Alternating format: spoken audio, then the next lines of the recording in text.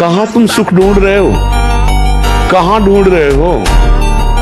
अरे पागल, उसमें सुख है। अल और मूत्र के ही तो द्वार है, जहां छू जाने पर हाथ हमको पवित्र करना पड़ेगा। क्या है? दुर्गंध युक्त, चाहे जितना सुगंधित पेय पियो, भोजन पाओ, 6 घंटे बाद दुर्गंध युक्त मल बन जाएगा। एक मल का द्वार है, चाहे जितना सुंदर जूस और दूध पियो, एक मूत्र बन जाएगा। दोनों के द्वार है, मल और मूत्र। आज से अपने इस दगाबाज मन की सलाह को मारना सीखो, महात्मा बन जाओगे, कुछ नहीं बिगड़ा है। अब आप अपने जीवन को ऐसे गर्त में गिराने जा रहे हैं जो पूरे जीवन आपको दुख देगा, क्योंकि आप एक सदगृहस्थ नहीं बन पाएंगे। यदि आपने ऐसे गंदी आदतें की और आपका ब्याह हो गया तो आप अपनी पत्नी से संतुष्ट नहीं रहेंगे। आप एक पत्नी व्रत धारण नहीं कर पाएंगे, आप एक पति व्रत धारण नहीं कर पाएंगे। तो आपका न्यू जो जीवन का उत्थान करने की थी, आपने उसी को नष्ट कर दिया। अब तक जो समय हमारा व्यर्थ गया गया। अब मैं मोह ममता में, भोगों के राग में अब समय व्यर्थ नहीं जाने देंगे। हमें अब समय व्यर्थ नहीं करना। हमारा दांव लग गया है जीतने का। अब हम इस माया पर विजय प्राप्त करेंगे।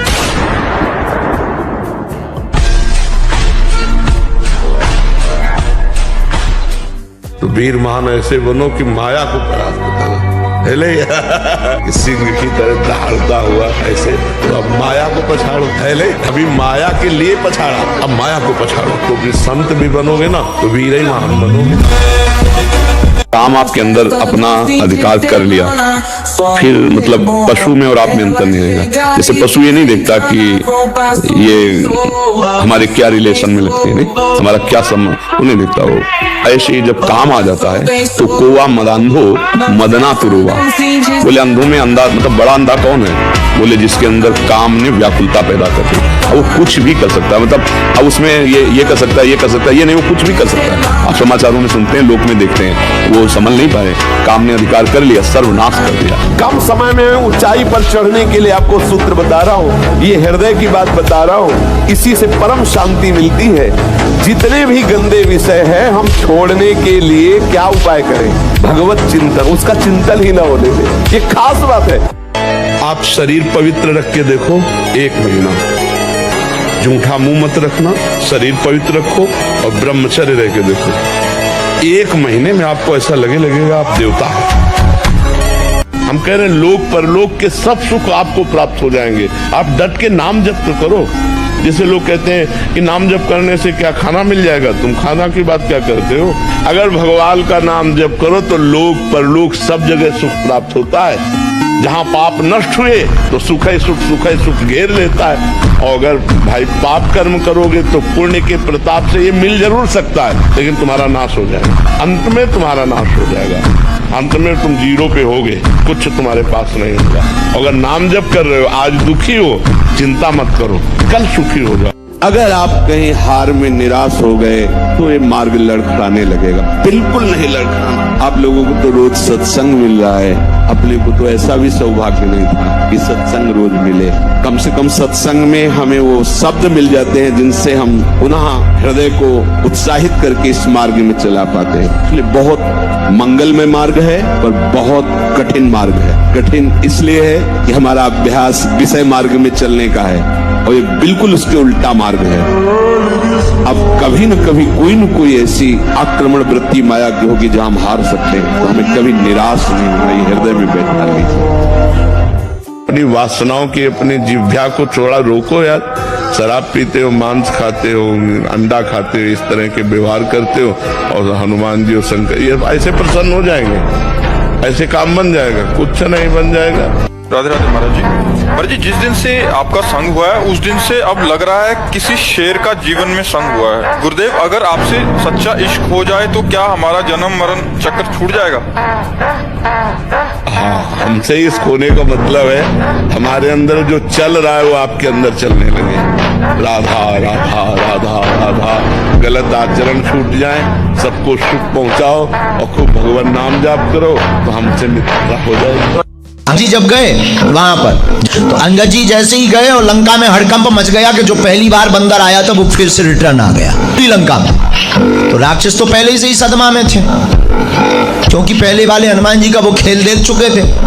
तो जितने राक्षस थे सब रास्ते में हाथ जोड़ के खड़े हो गए। और अंगद जी ने एक से पूछा तू हाथ जोड़े क्यों खड़ा है? अरे बोले तुम यहाँ मत पड़ो, ये सीधे निकल जाओ। अंगद जी बोले मतलब? तो राक्षस हाथ जोड़ के बोला हम तो समझ गए कि आप कौन हो, आपके स्वामी जी कौन हो, वो ही नहीं समझो 10 मूड वालों। इतना खौफ हनुमान जी का।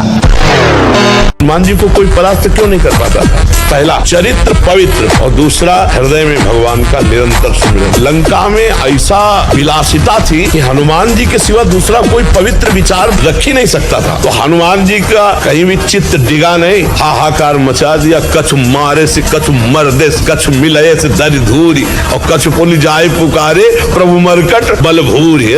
ऐसे जैसे उट्टन नहीं लगाया जाता, ऐसे ऐसे पकड़ के राक्षसों को मसल देते, एक घूसे में हजारों को बाल ब्रह्मचारी। लेकिन हमारे लिए हमें प्यार तो केवल भगवान ही कर सकते हैं, दूसरा नहीं कर सकता है। जैसे माता बच्चे के लिए बच्चों को प्यार करती है, अपने लिए नहीं करती, वो बच्चे के लिए करती है। तो अनंत माताओं का वात्सल्य, भगवान को वात्सल्य सिंधु कहा गया है। तो भगवान ही हैं ऐसे जो हमारे सच्चे मित्र हैं, सच्चे पति हैं, सच्चे पुत्र हैं, सच्चे गुरु हैं, सच्चे शिष्य हैं। जो चाहे वो भगवान से संबंध कर ले वो स्वीकार कर लेते हैं। ध्यान रखना अवश्य में भोक्तव्यम कृतम कर्म शुभाशुभम। जो जैसे कर्म करेगा वैसा फल देगा भगवान, भोगना पड़ेगा, इसलिए बहुत सावधान। तो कभी चूक मत कर देना, पत्नी के चक्कर में आकर अपने बूढ़े माता पिता को मारना पीटना या घर से निकाल देना, ऐसे कोई आचरण मत करना। पत्नी से को तुम करो या ना करो, हम तुम पर दबाव नहीं डालते, लेकिन आप हम पर दबाव नहीं डाल सकते कि माता पिता की सेवा से हम वंचित हैं। पहला है शरीर का श्रृंगार, दूसरा है स्त्रियों से संसर्ग, संभाषण, बातचीत आदि आदि। तीसरा है पौष्टिक और स्वादिष्ट भोजन। ये महान भयंकर हैं 3 बातें जो साधक को नष्ट कर देती है। शरीर का श्रृंगार करना, माताओं बहनों से काम भाव से युक्त होकर किस तरह का व्यवहार बातचीत, ऐसा आप सफाई पेश कर सकते हैं। भैया सफाई पेश करने की बात नहीं, आप खुद देख लीजिए। आपका अगर दृष्टि ठीक है, आपका भाव ठीक है, आपका व्यवहार ठीक है भगवान को साक्षी करके, तो कोई दोष नहीं है। लेकिन यदि आप अंदर से दूषित हैं तो आप बचिए। और स्वादिष्ट बलिष्ठ भोजन, आत्मशोधन करने वाले उपासक को जरूरत नहीं, कोई जरूरत नहीं। जब आप गंदे कार्य कर रहे होते, शास्त्र विरुद्ध कार्य कर रहे होते, तो आपका मन पूरे सपोर्ट में होता है। कभी वो आपको ऐसा नहीं कि गंदा कार्य कर रहे हैं दूसरा चिंतन करवा दे। ध्यान देना, जब आप विषय सेवन कर रहे होते, गंदे कार्य कर रहे होते, गंदे दृश्य देख रहे होते, गंदी बातें सोच रहे होते, तब आपको कहीं भी मन विक्षेप नहीं पहुंचाएगा। क्यों? कि उस समय अधीन करके पूरी की पूरी कैसेट लोड कर रहा है अपने अंदर, पूरा का पूरा माल समेट रहा है, कुप्रवृत्तियां अंदर भर रहा है। और जो भजन में बैठे अब वो सब बमन कर रहा है, निकाल रहा है। जो अब निकाल रहा है तब परेशानी महसूस होती है। ये अनंत जन्मों के कुसंस्कार भरे हुए हैं। यदि तुम्हें अपने कार्य की पूर्णता करनी ही है, नाम जप करो। नाम जप से बढ़कर कोई नहीं प्रारब्ध को रोकने वाला। नाम जप करोगे, प्रारब्ध ऐसे रुका रहेगा जैसे तटस्थ भूमि समुद्र को रोक लेती। अगर प्रारब्ध अपने पे आ जाए तो अच्छे अच्छे हर कार्यों में विघ्न डाल सकता है। पर नाम जप यदि चल रहा है, उसकी विजय हो जाएगी। भगवान की शरण और नाम जप, हर जगह विजय प्राप्त हो जाएगी। हर जगह लौकिक पारलौकिक दोनों उन्नति प्राप्त करने के लिए आध्यात्मिक की अत्यंत आवश्यकता है। बिना आध्यात्मिक के कूड़ा जीवन है, कूड़ा कोई भी हो, चाहे जिस पद में हो, चाहे जितना वैभव जमा कर लो, मरोगे तो न पद तुम्हारे साथ जाएगा और न चवन्नी बैंक बैलेंस जाएगी। बहानेबाजी तो कीजिए मत कि हमारा जवान शरीर है और हमारा मन चंचल है, हम कैसे, ऐसा नहीं। इसी समय तो ब्रेक लगाने की आवश्यकता है। इसी समय अगर अभ्यास कर ले गए तो आप महान पुरुष हो जाएंगे। हम जहां जहां आसक्त हो रहे हैं उसमें हमारे मन का केवल भ्रम है। शरीर के द्वारों में कहीं सुख है, घृणित द्वारों में कहीं सुख है। अगर सुख होता तो इसके भोगने के बाद हृदय कह देता कि अब मैं चुनाव हो जाए। शांत हो जाता है। फिर ऐसा क्यों होता है कि उसको एक जगह तृप्ति नहीं होती? क्योंकि वहां सुख है नहीं। फिर सोचता है शायद उसमें हूं।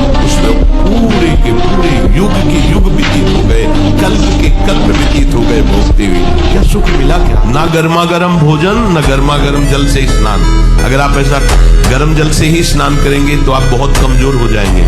ये बात समझिए, ये सब सुखद सामग्री नहीं है जो आप समझ रहे हो।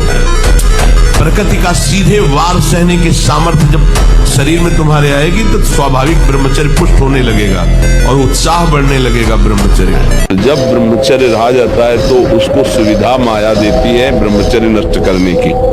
ये बैठालना चाहिए। जैसे आप नियम लिए कि मैं आजीवन ब्रह्मचारी रहूंगा, तो आपको पक्की सुविधा एक समय आएगी कि आप आराम से भोग लीजिए। कोई निगेटिव नहीं, कोई नकारात्मक सोच भी नहीं आएगी। आप उसको स्वीकार करेंगे, क्योंकि आपके व्रत को भंग करने के लिए माया ऐसी सुविधा देगी। और जब ब्रह्मचर्य, ऐसा कैसे हो सकता है? बल है ना, अध्यात्म बल, शारीरिक बल की बात नहीं कहते। ऐसा कैसे हो सकता है? यदि एक बार ऐसा हुआ तो 1000 बार मैं प्रयास करूंगा और इस पर विजय। वो मतलब जिद्दी स्वभाव, एक निष्ठा उसी से आती है। उसी से पहले खेती जोतते थे ना किसान, एक कार वाला होता था और पूरे खेत को उसी से जोतला है। बलवान होते, 2 लीटर मठा और 8 रोटी पाए, बैल की जैसी ताकत। अगर बैल को नाक पकड़ के रोक ले तो वो वही खड़ा हो जाए।